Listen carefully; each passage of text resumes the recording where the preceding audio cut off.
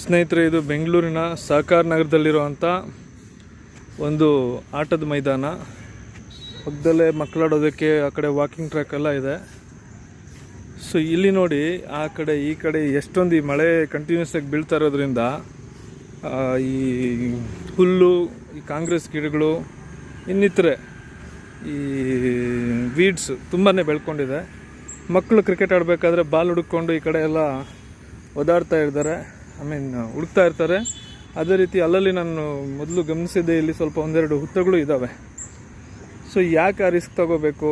2 ತಿಂಗಳಿಗೋ 3 ತಿಂಗಳಿಗೋ ಒಂಚೂರು ಮೇಂಟೆನೆನ್ಸು, ಈ brush cutter ತೊಗೊಂಡಿದ್ದನ್ನೆಲ್ಲ ನೀಟಾಗಿ ಕಟ್ ಮಾಡಿಬಿಟ್ರೆ ಮಕ್ಳಿಗೂ ಆಡೋದಕ್ಕೆ ಚೆನ್ನಾಗಿರ್ತದೆ.